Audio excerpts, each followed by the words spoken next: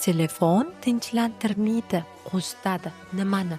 Ya'ni kuni bilan sizni farzandingiz telefonda tinch holatda o'tiribdi deb o'ylaysiz. Aslida esa uni miyasi har doim asabiy holatda bo'ladi.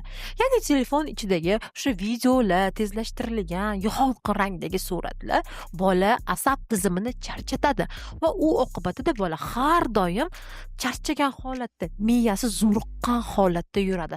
Uzoq diqqatda bitta joyda bo'lib o'tirib harakatsiz bo'lgan farzandingiz turganidan keyin unda yig'ilib qolgan hissiyotlarni yig'lash, baqirish, isterika qilish bilan ko'rsatadi.